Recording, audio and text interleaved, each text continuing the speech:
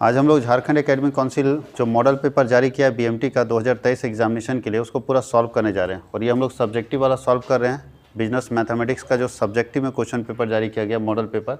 और model paper के साथ साथ कॉमर्स बोर्ड अपना भी मॉडल पेपर लेकर आएगा बीएमटी का, तो कम से कम 5-6 मॉडल पेपर आपको मिलेंगे। तो पहला हम लोग जैक मॉडल पेपर की बात कर लेते हैं। कुछ मॉडल पेपर हम लोग सॉल्व करके डाल चुके हैं जो कॉमर्स वर्ल्ड का अपना मॉडल पेपर है, और भी मॉडल पेपर आएगा। और उसकी अगर तैयारी आप करेंगे तो ये क्या होगा कि मॉडल पेपर ये बताता है कि पूरे सिलेबस को एक बार में आप कैसे प्रिपेयर कर सकते हैं। चैप्टर बाय चैप्टर रिवीजन करने से अच्छा है कि पूरे सिलेबस से रिलेटेड जो क्वेश्चन है उसको एक बार में अगर सॉल्व कर लेंगे तो पूरा सिलेबस एक बार में कंप्लीट हो जाएगा।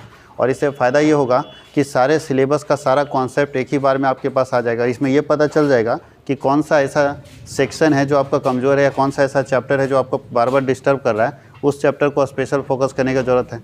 तो चलिए देखिए, ये झारखंड एकेडमिक काउंसिल का मॉडल पेपर है, क्लास 12 के लिए 40 नंबर का है, सब्जेक्ट बीएमटी, सेशन 22-23, 1.5 घंटे का। ये सब तो आप जानते हो सब लोग कि इसमें पहला जो सेट होता है सेक्शन 1 जो होता है 1 से 7 तक क्वेश्चन पूछे जाते हैं, जिसमें से 5 क्वेश्चन अटैम्प्ट करना है। सेकेंड सेक्शन में 7 क्वेश्चन पूछे जाते हैं जिसमें से भी 5 अटैम्प्ट करना है। और थर्ड में 5 क्वेश्चन पूछे जाते हैं जिसमें से 3 अटैम्प्ट करना है, जो कि यहाँ लिखा हुआ भी है। और ध्यान दीजिएगा, फर्स्ट वाला जो क्वेश्चन होगा उसका 2 नंबर का होगा, सेकेंड वाला ग्रुप बी का जो क्वेश्चन होगा 3 नंबर का होगा, और थर्ड ग्रुप का क्वेश्चन जो है 5 नंबर का। नहीं, 5 नंबर का 3 क्वेश्चन अटैम्प्ट करना है 15 नंबर, 3 नंबर का 5 क्वेश्चन अटैम्प्ट करना है ये भी 15 नंबर, 15-15 30, और 2 नंबर का 5 क्वेश्चन अटैम्प्ट करना है तो 10 नंबर। तो 30 और 10 40, और यही 40 नंबर के लिए हम लोग लड़ रहे हैं। तो चलिए, पहला क्वेश्चन यहाँ पे दिया हुआ है ग्रुप ए में। अब देखिए, बहुत शॉर्ट क्वेश्चन दिया है लेकिन लॉन्ग बनेगा, ये 2 नंबर का क्वेश्चन नहीं होना चाहिए। तो चलिए बना के दिखाते हैं कि कैसे सॉल्व होगा। लग रहा है कि शॉर्ट है, इस साइड में हम लोग सॉल्व करके देखते चले जाएंगे एक एक करके। तो सबसे पहले दिया क्या है, दिया है NC4 बराबर 5 × NP3, और n का वैल्यू पूछ रहा है। तो सिंपल, चूँकि यहाँ C है और यहाँ पे क्या है P है, तो इसको कॉम्बिनेशन से तोड़ेंगे और इसको परम्यूटेशन से तोड़ेंगे, और फिर दोनों को तोड़कर सॉल्व करेंगे। तो NC4 बराबर क्या होता है, n का फैक्टोरियल बाई 4 का फैक्टोरियल, और होता है n-4 का फैक्टोरियल बराबर 5 × n का फैक्टोरियल बाई n-3 का फैक्टोरियल होगा। अब आगे बढ़ते हैं। तो n का फैक्टोरियल कर सकता है, बीच में बराबर का साइन है कर सकता है ऊपर से। अब नीचे वाले को बढ़ाइए तो बताइए यहाँ पे क्या बचेगा, 1/4 का फैक्टोरियल इंटू n-4 है और ये n-3 है, किसको बढ़ाया जाए। हम लोग जानते हैं कि फैक्टोरियल को जब हम बढ़ाते हैं तो डिक्रीजिंग ऑर्डर में जाता है, घटते क्रम में जाता है। तो इसमें एक घटता जाएगा, तो 4 में 1 घटाएंगे तो 3 पहुंच जाएगा, और 3 में 1 घटाएंगे तो 2 होगा, 1 होगा, आगे बढ़ेगा। तो ये तो 4 नहीं पहुंच सकता कभी, इसको घटाते हैं। तो यहाँ करते हैं n-4, और अगला स्टेप होगा n-3 का फैक्टोरियल बराबर, यहाँ बचेगा 5/n-3 का फैक्टोरियल। तो अगर आप चाहें तो नीचे नीचे काट भी सकते हैं, तो बचेगा ये। अब इसको क्रॉस कर दीजिए, क्या बचेगा यहाँ पे ध्यान दीजिएगा, क्रॉस करेंगे तो क्या होगा, ये मल्टीप्लाई होगा तो 5 के 20 हो जाएगा ना।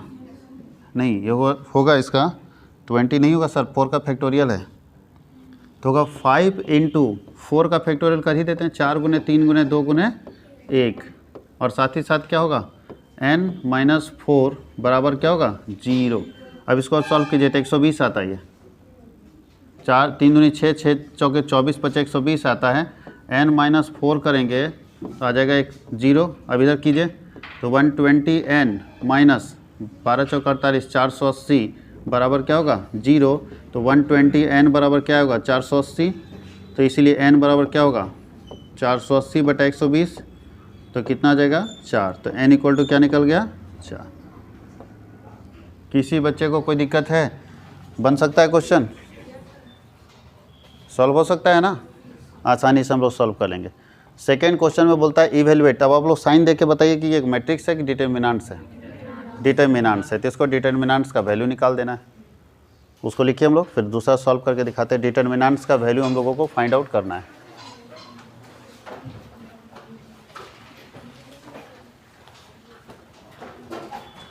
चलिए अब हम लोग डिटर्मिनेंट्स का वैल्यू निकालते हैं। डिटर्मिनेंट्स का वैल्यू कैसे निकलता है,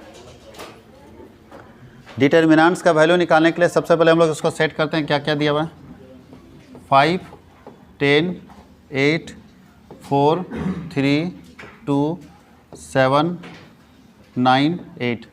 ध्यान दीजिएगा, कभी भी किसी का डिटर्मिनेंट्स निकालते हैं ना, तो या तो रो का निकालते हैं या तो कॉलन का। तो हम लोग शुरू से ही इधर का निकालते हैं डिटर्मिनेंट्स। ये डिटर्मिनेंट्स निकालेंगे सबका, हाँ या नहीं? तो डिटर्मिनेंट्स इसका निकालेंगे 5 10 और 8 का। और डिटर्मिनेंट्स निकालने का सबसे अच्छा फंडा ये है कि पहले जिसका डिटर्मिनेंट्स निकालते हैं उसको बाहर लेते हैं, कॉमन ले लिए। अब इसका रो और कॉलन गायब करेंगे, तो ये हो गया आपका कॉलन और ये हो गया रो। तो बताइए रो और कॉलन गायब हो जाएगा तो ये 4 डिजिट बच रहा है। तो जो बचेगा उसमें पहले ऐसे मल्टीप्लाई करेंगे और फिर उसमें माइनस करेंगे, ऐसे मल्टीप्लाई करो। तो बताओ क्या बचेगा? 8 3 24, उसमें माइनस होगा 18, तो होगा 24 माइनस 18। कहीं कोई दिक्कत? अब चलते हैं, प्लस के बाद होता है माइनस। तो माइनस में 10 का निकालेंगे तो 10 को कॉमन कर लीजिए।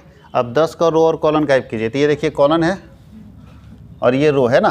तो बताइए ये बच रहा है ना। तो बताइए अगर ये बचेगा, ये सब खत्म हो गया, तो बच रहा है 8 चौके 32 माइनस 14।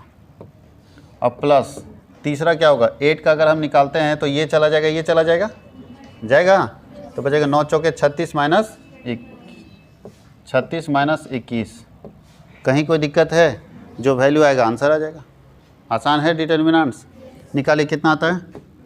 5 गुने 24 में 18 जाएगा, कितना होगा? 6 माइनस 10 गुने 32 में 14 जाएगा, कितना होगा? 8 4 12 22 18 आ जाएगा। और प्लस 8 इंटू कितना आएगा? ये 15 आ जाएगा, आएगा। तो 6 5 30 माइनस 180, अब प्लस 120। अब बताइए 120 और 30 प्लस में है, इसका मतलब माइनस 30 बचेगा। इसका वैल्यू कितना आएगा? माइनस 30। कहीं कोई दिक्कत? डिटर्मिनेंट्स निकाल सकते हैं। अब सोचिए 2 ही क्वेश्चन हम लोग बनाए, लेकिन आपको परमुटेशन कॉम्बिनेशन भी समझ में आ गया कैसे बनता है और डिटर्मिनेंट्स भी समझ में आ गया बेसिक कैसे बनता है। तो ये है ओवरऑल रिवीजन की। पूरे बुक का एक साथ रिवीजन कीजिए, चैप्टर बाय चैप्टर रिवीजन। आप घर में अपना पढ़ते रहिए। लगा अब किसी बच्चे को कि नहीं मेरा ये हमको नहीं समझ में आया, कॉन्सेप्ट नहीं समझ में आया, तो उस बच्चे को सबसे पहले जाके डिटर्मिनेंट्स चैप्टर का पूरा वीडियो देख लेना होगा, जो कि आपके अपने एप्लीकेशन पे डाला हुआ है। तो वहाँ पे आराम से डिटर्मिनेंट्स का सारे वीडियो देखेंगे, सारा कॉन्सेप्ट डेवलप कर लेंगे कि अब डिटर्मिनेंट्स मेरा क्लियर हो गया। तो इससे ये पता चलता है कि कौन सा चीज़ आपका स्ट्रॉन्ग है और कौन सा चीज़ आपका वीक है। जो चैप्टर आपको लगता है कि आपका कमज़ोर है, वीक है, उसको ठीक करने की ज़रूरत है, उसमें मेहनत करने की ज़रूरत है। और इसीलिए ओवरऑल रिवीजन बहुत ज़रूरी है। और इसीलिए हम लोग इस मॉडल पेपर को, इसके अलावा 5 मॉडल पेपर हम लोग अपना लेकर आएंगे। कॉमर्स वर्ल्ड हजारीबाग का मॉडल पेपर होगा और उसको सॉल्व करना है, क्योंकि सब लोग पिछले साल 5 मॉडल पेपर आया था, तो सब लोग यही उम्मीद में जिंदा हैं कि कब उधर से आएगा, और हमको नहीं लगता है कि उधर से आएगा। ये दे दिया काफ़ी है एक मॉडल पेपर, तो इस उम्मीद में ना जिंदा रहे, नहीं तो लास्ट में पता चला धोखा हो जाएगा। तो कॉमर्स वर्ल्ड का अपना मॉडल पेपर वो सॉल्व कीजिएगा। कोई दिक्कत किसी को? इसको लिखिए। फिर हम लोग चलते हैं 3rd नंबर, इंटीग्रेशन। एक बार में बताइए आपको क्या क्या पढ़ा दिया, 3 4 चैप्टर एक साथ पढ़ा दे रहा है। चलिए अब हम लोग बनाते हैं इंटीग्रेशन का क्वेश्चन। इंटीग्रेशन में क्या है याद कीजिए आप लोग, ये डिवाइड वाला इंटीग्रेशन है। तो आप लोग ध्यान दीजिएगा, 10 का एक्सरसाइज 10B में हम आपको बताए थे डिवाइड वाला इंटीग्रेशन। इसको ऐसे सॉल्व नहीं कर सकते। अगर सिंगल संख्या डिवाइड में रहता है ना तो ऊपर भेज देते माइनस करके, लेकिन सिंगल संख्या नहीं, पूरा एक डिजिट है, तो आपको मान के बनाना पड़ेगा ना यहाँ पे, हाँ या नहीं? तो मान के बनाइए। सबसे पहले पुट कीजिए z इक्वल टू, क्या पुट करेंगे? 25 माइनस एक्स स्क्वायर। फिर आपको बताए थे differentiate with respect of x in both side, दोनों साइड में हम x के रिस्पेक्ट में डेफिनिशिएट कर देते हैं। तो इसका होगा dz बाई dx। मैं ये मान के चल रहा हूँ सब लोगों को डेफिनिशिएशन आता है। 25 का डेफिनिशिएशन 0 और इसका डेफिनिशिएशन क्या होगा? 2x होगा। अब इसको क्रॉस कर दीजिए, तो 0 के साथ तो कोई लेना देना नहीं है, तो क्या बन जाएगा? dz बराबर बन जाएगा 2x dx बनेगा। अब देखो अपने को यहाँ क्या चाहिए? यहाँ dx चाहिए, dx ना चाहिए, तो dx चाहिए, तो dx रखने के लिए 2x को यहाँ डालना पड़ेगा। तो dz बटा क्या आ जाएगा? 2x बराबर dx, यानी यहाँ dx रहेगा, वहाँ पे ये डाल देंगे वैल्यू। अब पुट कीजिए यहाँ इसका वैल्यू, तो क्या होगा इसका वैल्यू? बताओ। यहाँ 1 बाई ये पूरे को क्या माने हैं? z माने इनटू dx कर सकते हैं, देखिए तो कर सकते हैं। कभी भी dx को 1 से करेंगे dx आएगा, और z का वैल्यू तो हम लोग मान ही लिए। अब यहाँ ध्यान दीजिएगा, इसका एक स्टेप और हम लोग क्या करेंगे बताइए? 1 बाई जेड और dx के जगह हम क्या लिख सकते हैं? dz बाई 2x लिखा जा सकता है। अब 2x को बाहर कर दीजिए तो क्या होगा, तो हो जाएगा 1/2x into Z into D Z, यही होगा, सॉरी 1/z। अब बताइए 1/2x है, अब इसका इंटीग्रेशन कीजिए तो आपको मालूम है कि 1/x का इंटीग्रेशन क्या होता है, log x। 1/x का इंटीग्रेशन क्या होता है, log x। तो इसका क्या हो जाएगा, log z और प्लस क्या होगा c। अब यहाँ डाल दीजिए 1/2x log z के बराबर क्या वैल्यू हम लोग पुट किए थे, 25 माइनस एक्स स्क्वायर और प्लस क्या होगा c, यही इसका आंसर हो जाएगा। कहीं कोई दिक्कत? तो ये हम लोग इंटीग्रेशन भी पढ़ लिए, याद आया कुछ? हाल फिलहाल में हम लोग इंटीग्रेशन पढ़े हैं और ये कॉन्सेप्ट समझ में आ रहा है ना सबको, ये कॉन्सेप्ट है। अब चलते हैं नेक्स्ट क्वेश्चन। बोलता है 52 पत्तों के वाले ताश की गड्डी में से एक रानी के पत्ते खींचे जाने की प्रायिकता बताइए। रानी कौन होता है, क्वीन। तो बताओ कितना क्वीन होता है ताश के पत्ते में? कलर नहीं बोल रहा है, अगर ये बोलता है रेड कलर का तो हम लोग मानते, कलर मेंशन नहीं है, कुछ भी मेंशन नहीं, सिर्फ क्वीन निकालने का। तो पूरे ताश के 52 पत्तों की गड्डी में 4 क्वीन होगी, तो उसका प्रोबेबिलिटी अगर निकालेंगे तो क्या आएगा, प्रोबेबिलिटी बराबर क्या होगा 4/52, हाँ या नहीं? अब इसको बोल सकते हैं 1/13 कट जाएगा तो 13 चौके 52 कट सकता है। तो ये हो गया आंसर। प्रोबेबिलिटी तो चाहिए आप लोगों को, बस खाली लिख देना है, ज़्यादा मेहनत करने की ज़रूरत नहीं है। मेहनत तो ये लोग करवा रहा है 2 नंबर में, 2 नंबर में ज़्यादा मेहनत करा रहा है, प्रोबेबिलिटी बस खाली लिख देना था, याद रहेगा। अगर यहाँ पे पूछ देता रेड कलर की क्वीन निकालने का, रेड कलर की रानी कितनी आएगी, तो रेड कलर की कितनी होती है 2, तो 2/52 हो जाता है। ब्लैक कलर का कितना होता है 2, तो 2/52 हो जाता है। बट कलर मेंशन नहीं किया है तो हम लोग मानेंगे कि सारे में से कोई भी रानी निकल सकती है। कोई दिक्कत किसी को? चलिए अब हम लोग नेक्स्ट क्वेश्चन की तरफ चलते हैं। 4 क्वेश्चन हम लोग शॉर्ट वाला कंप्लीट कर चुके हैं, वेरी शॉर्ट का। अब आपके पास पूछ रहा है 5 नंबर क्वेश्चन में, देखिए क्या क्वेश्चन है कि 5 नंबर में एक छात्र द्वारा अंग्रेजी, गणित और अर्थशास्त्र में 3 नंबर प्राप्त हुए हैं जो 75 है, 92, 49 है, उनका एवरेज बताइए। अगर ये सब भी नहीं बनाएगा तो हमको लगता है कि मैथ पढ़ना छोड़ देना चाहिए। मीन बराबर किसका एवरेज पूछ रहा है, तो 75 प्लस 92 प्लस 49 डिवाइडेड बाई क्या होगा 3, निकाल लोगे 75, 92, 49 को जोड़ो और 3 से क्या करना है डिवाइड कर देना, एवरेज मार्क्स मिल जाएगा। कोई दिक्कत किसी को, कोई तकलीफ? अब 6 नंबर क्वेश्चन में बोल रहा है कि ए बराबर ही बताइए मैट्रिक्स है कि डिटर्मिनेंट्स है, मैट्रिक्स है। तो ए डैश पूछ रहा है, क्या पूछ रहा है? आप लोग को मालूम है इसको ट्रांसपोज बोलते हैं, ए डैश को क्या बोलते हैं ट्रांसपोज। तो ट्रांसपोज मैट्रिक्स निकालने के लिए क्या करना होता था कि जो रो में दिया है उसको कॉलम में बनाते थे। तो बताइए पहला रो कौन सा है 2, 13, इसको कॉलम में लिख दीजिए 2, 13, और दूसरा क्या है 4 - 32, तो 4 और -32 हो गया आंसर। ट्रांसपोज मैट्रिक्स ऐसे ना लिखा जाता है। लेकिन बाबू अगर यहाँ डैश के पहले माइनस आ जाता ना तो उसको इन्वर्स बोलते हैं, और इन्वर्स का कहानी अलग होता है। इन्वर्स लॉन्ग में देगा, यहाँ नहीं देना चाहिए, तो इन्वर्स देगा तो बहुत लंबा जाता है। कोई दिक्कत किसी को? नेक्स्ट क्वेश्चन बोलता है ए अगर एक सेट है, बी अगर एक सेट है, ए यूनियन बी बताइए। आपको बताया गया था यूनियन में दोनों में को मिलाकर लिखा जाता है। ये दोनों सेट में जितनी संख्या सबको मिला के लिखेगा, लेकिन कोई संख्या रिपीट नहीं करनी चाहिए। तो बताओ पहला संख्या क्या है 3, फिर क्या है 5, फिर क्या है 6, फिर क्या है 7, फिर क्या है 8, फिर 9 और फिर 10। देखिए इस सेट में कोई भी संख्या छूटा तो सेट मिलाते हैं तो सबको मिला के लिखते हैं, लेकिन कोई संख्या रिपीट नहीं होनी चाहिए। तो अगर ए बराबर ये सेट है, बी बराबर ये सेट है, तो ए यूनियन बी ये निकलेगा। कहीं कोई दिक्कत? तो ये हम लोग short answer type question complete कर लिया। अब हम लोग चलते हैं लॉन्ग आंसर टाइप क्वेश्चन। जो लॉन्ग नहीं, वेरी शॉर्ट तो हम लोग कंप्लीट कर लिया। अब शॉर्ट में चलते हैं। ग्रुप बी में 3 नंबर का है, 5 अटैम्प्ट मारना है। 5 अटैम्प्ट करेंगे, 15 नंबर हाथ में। बताइए आसान है मैथ से या नहीं है?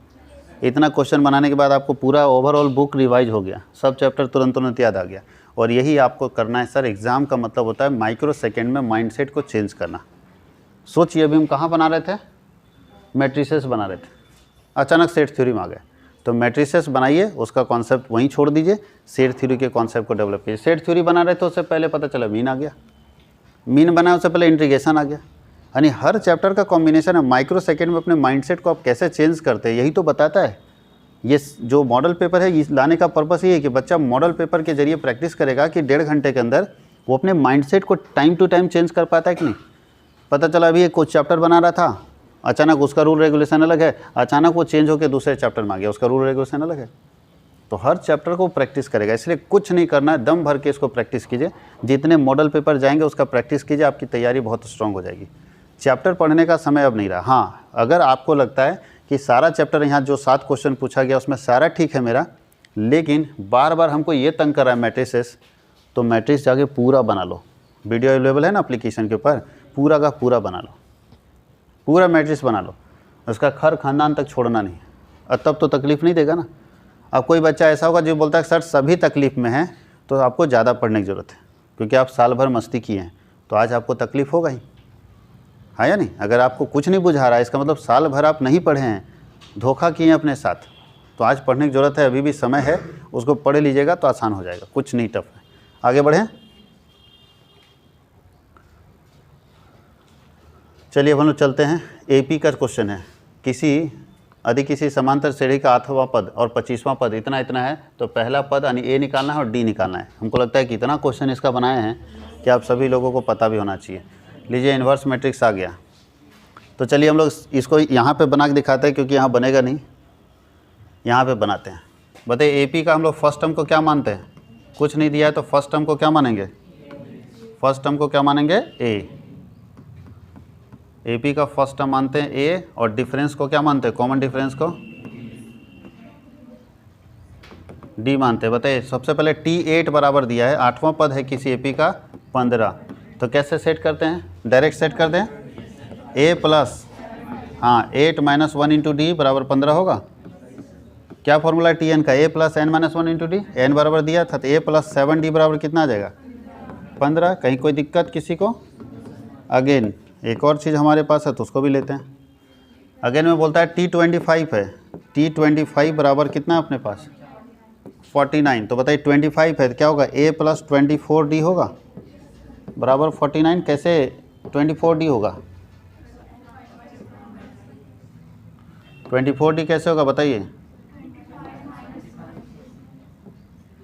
यहाँ देखिए n-1 होता है ना, तो 25 - 1 करेंगे 24d। अब दोनों इक्वेशन को भिड़ा दीजिए, अपने आप आंसर आ जाएगा। अब क्या करें बताओ, कौन है बड़ा इक्वेशन, सेकेंड वाला बड़ा है, तो सेकेंड में फर्स्ट को माइनस करते हैं, तो बोलता है equation second minus equation first. Second equation क्या है, a प्लस 24d बराबर 49, और दूसरा आता है a प्लस 7d बराबर 15 होगा। चलिए अब यहाँ देखिए माइनस करेंगे, साइन चेंज होगा तो कट जाएगा ना, 24 में 7 जाएगा, कितना बचेगा 17d बराबर कितना आएगा ये 34, इसीलिए d बराबर क्या आएगा 34/17, यानी d बराबर क्या आएगा 2। अब बताइए d बराबर 2 आ गया। अब d का वैल्यू किसी भी इक्वेशन में पुट कर सकते हैं ना, d का वैल्यू किसी भी इक्वेशन में, चलो इक्वेशन 1 में पुट करते हैं, तो बोलता है पुट d बराबर 2 इन इक्वेशन 1, क्या है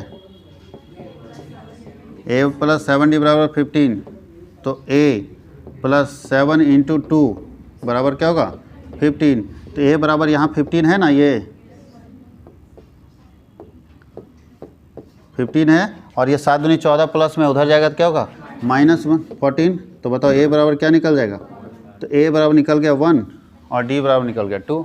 यही तो पूछ रहा था, आसान है। अब इसको प्रैक्टिस करने की जरूरत है, प्रैक्टिस कीजिएगा सब ठीक हो जाएगा।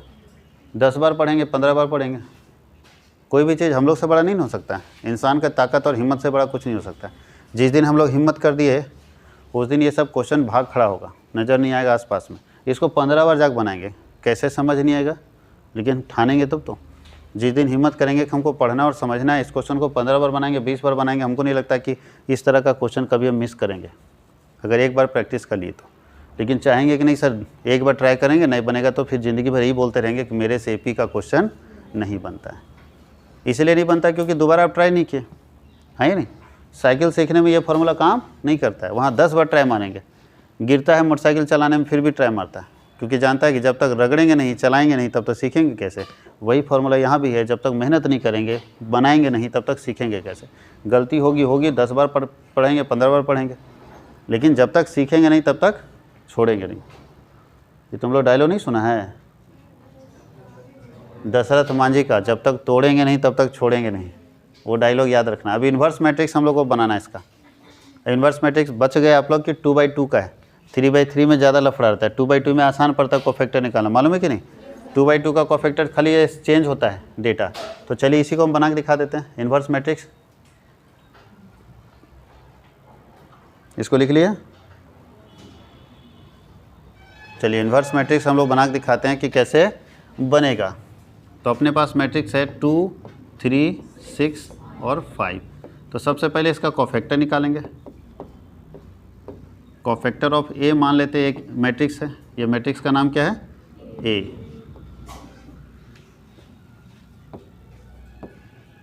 भले ये 2/2 मैट्रिक्स है लेकिन कोफैक्टर निकालने के लिए 3/3 का ही नियम लगेगा। क्या होता है, plus minus plus minus plus. ऐसा मत करना प्लस माइनस प्लस माइनस, नहीं, नियम 3/3 का ही लगेगा, प्लस माइनस प्लस। वहाँ नहीं लिख रहे हैं, छोड़ दे रहे हैं, लेकिन गिनती उसको भी करेंगे।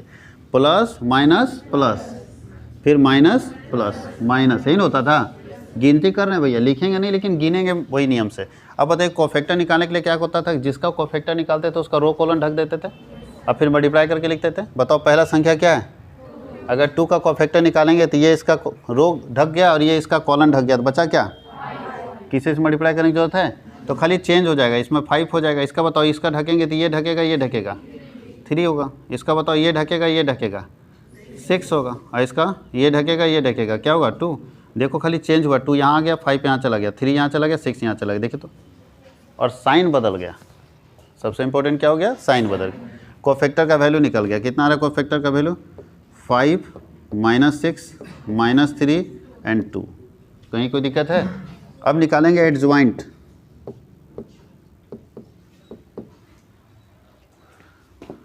एडजॉइंट ऑफ ए का एडजॉइंट निकालने का मतलब समझते हैं। एडजॉइंट का मतलब है जैसे आप ट्रांसपोज मैट्रिक्स करते थे ना, वैसे इसको एडजॉइंट में ट्रांसपोज करना होगा। ट्रांसपोज का मतलब ये होता है कि इसको चेंज करना है, रो को कॉलन में। तो पहला रो है 5 - 3, उसको कॉलन में बनाओ 5 - 3। दूसरा है -6 2, ये हो गया आपका एडजॉइंट। अब एडजॉइंट के बाद इसका निकालेंगे डिटर्मिनांट्स। ये साइन डिटर्मिनांट्स का मालूम है ना, डिटर्मिनांट्स ऑफ ए। और डिटर्मिनांट्स 2/2 का बहुत आसान था, मालूम है, गुना करते थे ना, 5 दूनी 10 -6 तिया 18, तो ये आ जाएगा -8। तो निकल गया एडजॉइंट, निकल गया डिटर्मिनांट्स। तो ए इन्वर्स बराबर होता है बालक लोग एडजॉइंट ऑफ ए और बाई डिटर्मिनांट्स ऑफ ए। अब बताइए एडजॉइंट तो ये है वैल्यू पूरा, और डिटर्मिनांट से आपका -8, मतलब इतना बटा -8 करेंगे तो क्या आएगा बाबू लोग, 5 आएगा, -3 आएगा, -6 आएगा, 2 आएगा, और बटा में क्या आएगा, -8। तो इसको ऐसे नहीं लिखते हैं, इसको सजा के थोड़ा लिख देते हैं, ठीक है। बताइए सब में -8 होगा ना जी, तो इसको लिखा जा सकता है 5 बटा -8 हो सकता है, माइनस ऊपर ही, ऊपर नीचे कहीं भी रखो। इसका आ सकता है -6/-8 हो सकता है, -3/-8 और 2/-8 हो सकता है। साइन चेंज कीजिए, देखिए कटेगा, माइनस में प्लस हो गया ना, कटेगा ये। अगर चाहेंगे तो वैल्यू काट भी सकते हैं, जैसे इसका 1/4 हो जाएगा, इसका 3/4 हो जाएगा। तो चलिए यहाँ पे लिख दीजिए नया वैल्यू, -5/8, इसका जाता है 3/4, इसका आता है 3/8, इसका आता है -1/4, और ये आपका हो जाता है आंसर इन्वर्स मैट्रिक्स का। कोई दिक्कत किसी को, इन्वर्स मैट्रिक्स का ये आंसर है। आराम से वीडियो को आराम से रोक लीजिएगा, रोक के लिखिएगा।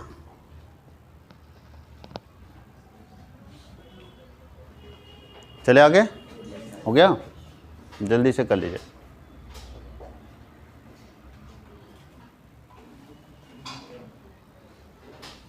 अब हम लोग चलते हैं नेक्स्ट क्वेश्चन की तरफ। नेक्स्ट क्वेश्चन याद कीजिए, अगर ये बुक में आप बनाए होंगे तो ये क्वेश्चन आप सॉल्व भी किए हैं। 520 व्यक्तियों के समूह में 360 केवल हिंदी बोलते हैं और 130 केवल अंग्रेजी बोल सकते हैं। कितने व्यक्ति हिंदी और अंग्रेजी दोनों बोल सकते हैं? आपके बुक का क्वेश्चन है।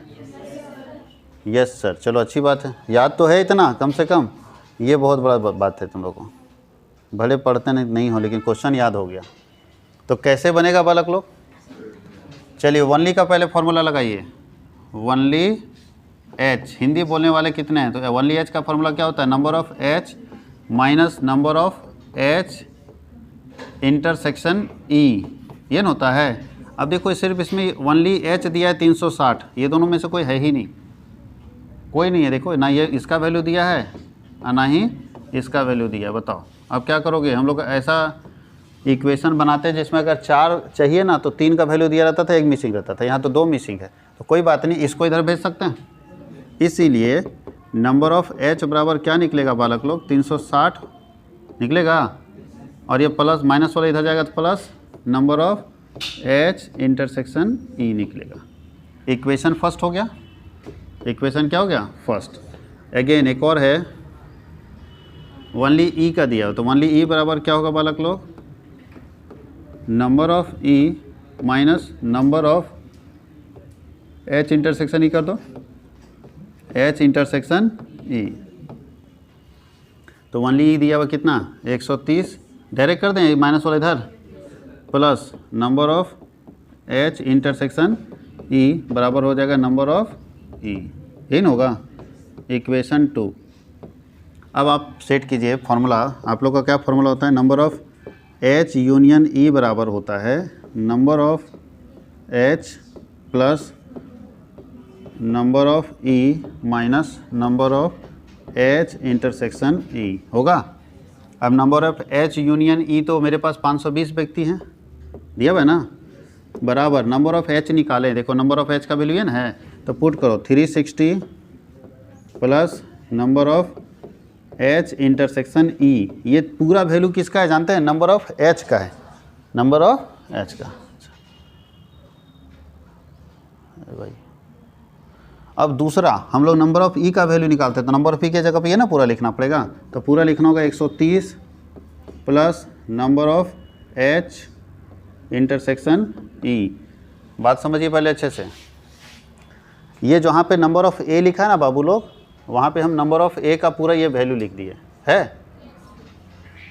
जहाँ नंबर ऑफ ई लिखा है ना वहाँ पे हम ये पूरा वैल्यू नंबर ऑफ ई का ये वाला लिखे, देखिए है लिखा हुआ, इसलिए नंबर चला गया।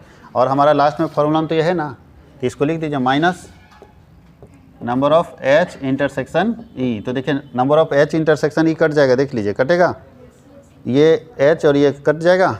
अब जो बचा है उसको सॉल्व कीजिए। तो बताइए 520 360 में 130 जुड़ेगा, कितना आएगा? तो 520 होगा बराबर 490 और plus number of H intersection ई। अब बताओ 490 इधर भेजेंगे तो 520 माइनस 490 बराबर नंबर ऑफ एच इंटरसेक्शन ई। अब बताइए क्या होगा? इसीलिए नंबर ऑफ एच इंटरसेक्शन ई बराबर क्या होगा? 30। यही इसका आंसर आएगा। कोई बच्चा अगर इतना मेहनत नहीं करके डायरेक्ट भी बना देगा तो इसका 30 आ जाएगा। संजोग ऐसा है कि डायरेक्ट में भी 30 आ जाता है, वनली का फॉर्मूला नहीं लगाएगा तो संजोग ऐसा है। लेकिन सब क्वेश्चन में सेट नहीं बैठेगा, तो लॉजिक के साथ बनाइए, गलत मत बनाएगा। बन सकता है, बताया गया था आप लोग के एग्जाम क्वेश्चन में, ये बुक में ही क्वेश्चन दिया हुआ है। अब लग रहा है कि हो सकता है, संभव है। अभी तक फीका फीका दुनिया लग रहा था, पता नहीं क्या होगा। अब लगने लगा है कि कुछ तो संभव है। अब देखो आ गया फिर से डिफरेंशिएशन। अब डिफरेंशिएशन कैसे करेंगे बताइए? डिवाइड में है कि मल्टीप्लाई में? डिवाइड में डिफरेंशिएशन का नियम याद है ना, क्या था? आप ही लोग से पूछेंगे, याद रहेगा सबको? आप ही लोग से पूछना है डिफरेंशिएशन का नियम। शुरू करें? चलिए तो डिफरेंशिएशन पहले हम लोग बना लेते हैं इसका। यहाँ पे तो मेरे ख्याल से हो जाना चाहिए, यहीं पे बना देते हैं।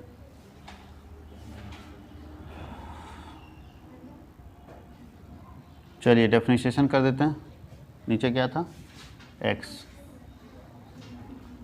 चलिए सबसे पहले हम लोगों को इसको ठीक करना है, तो ऊपर वाला मल्टीप्लाई करके लिखेंगे ना, तो क्या आएगा? ऊपर वाला मल्टीप्लाई करके मल्टीप्लाई कीजिए इसको, तो होगा एक्स स्क्वायर। थोड़ा ध्यान दीजिएगा, मल्टीप्लाई जानते हैं ना, एक्स को एक्स से करेंगे एक्स स्क्वायर, फिर 2x, अब माइनस 3x, अब माइनस 6, अब बटा x। अब इसको ठीक कीजिए, एक्स स्क्वायर प्लस नहीं माइनस होगा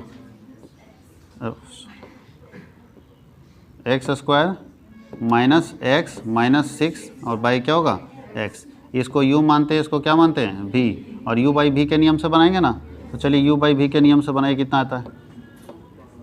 तो क्या नियम है बताइए, डेफिनिशन का dy बाई डी एक्स बराबर क्या करते थे, पहले किसको बाहर करते थे, u को बाहर करते थे, v से का डेफिनिशन करते थे। तो u कौन है, x square minus X minus 6 को बाहर करेंगे, डेफिनिशन करेंगे x का dx में होगा, प्लस दूसरा किसको बाहर करते थे, तो डिफ्रेंशिएशन करेंगे x square minus X minus 6 का किसके रिस्पेक्ट में, dx में, और नीचे क्या होता था बताइए, b का स्क्वायर ना, तो x का स्क्वायर। इसको तोड़िए, X square minus X minus 6 और x का डिफ्रेंशिएशन तो 1 हो जाता है, इसका डिफ्रेंशिएशन क्या हो जाता है 1 प्लस x यहाँ पे है, इसका डिफ्रेंशिएशन तोड़िए कितना आता है 2x होगा माइनस 1 और 6 का क्या हो जाता है 0, अब बटा हो जाता है एक्स स्क्वायर। इसको सॉल्व कीजिए, अब एक्स स्क्वायर को 1 से करेंगे तो x square minus X minus 6 होगा,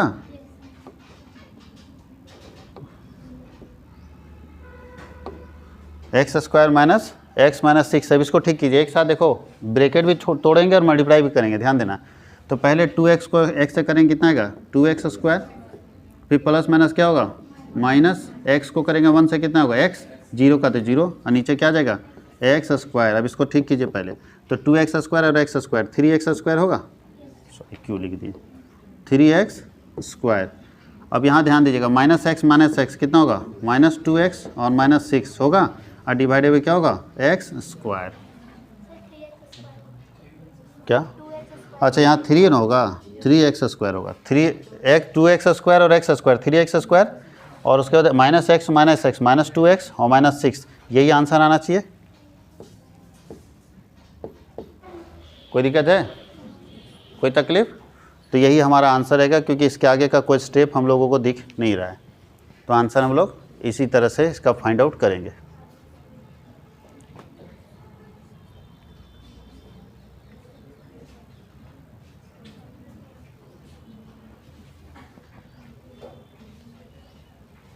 अब हम लोग को इसके आगे का नेक्स्ट क्लास में देखना है, क्योंकि अपना समय भी हो रहा है। नेक्स्ट लेक्चर में इसके आगे का हम लोग देखेंगे कितना क्वेश्चन हम लोग कंप्लीट कर चुके हैं, टोटल 12 क्वेश्चन, होता कितना है 19 क्वेश्चन, 19 ना होता है, तो 19 में हम लोग 12 क्वेश्चन देख चुके हैं, 7 क्वेश्चन और हम लोग को देखना लॉन्ग आंसर टाइप क्वेश्चन में, जो कि हम लोग अगले क्लास में देखेंगे। तो अगले लेक्चर में आपको इसके आगे का क्वेश्चन मिलेगा। हम लोगों को 12 नंबर इंटीग्रेशन है, 13 नंबर आपका क्या है, कौन सा चैप्टर से बताइए, तो प्रोबेबिलिटी से लिखा भी है। उसके बाद आपका ज्योमेट्रिक मीन हार्मोनिक मीन का कॉम्बिनेशन है, फिर आपका मीडियन का क्वेश्चन है, फिर टाइम सीरीज़ का थ्योरी है, ये तो आप खुद भी लिख सकते हैं, लिख लीजिएगा, what is time series, explain the importance of time series analysis. उसके बाद आपके पास एक, अभी बताइए कि ये कौन सा चैप्टर का क्वेश्चन है, ये जो 17 नंबर इंटरपोलेशन एक्सट्रापोलेशन का क्वेश्चन है, और लास्ट में ये तो इंटरपोलेशन, फिर इंटीग्रेशन का क्वेश्चन दे दिया, इंटीग्रेशन का फिर क्वेश्चन है, और फिर ये आप तो बहुत अच्छे से जानते हैं, फेवरेट क्वेश्चन है आप लोगों का। तो हम लोग कल के क्लास में इसका पूरा सॉल्यूशन फिर से करेंगे और 19 नंबर तक कंप्लीट करेंगे। इसके बाद कॉमर्स वर्ल्ड का जो अपना मॉडल पेपर है, यानी इसका जो जैक का मॉडल पेपर, उसका ऑब्जेक्टिव मोड वाला कंप्लीट करेंगे। तो इंतज़ार कीजिए कल तक।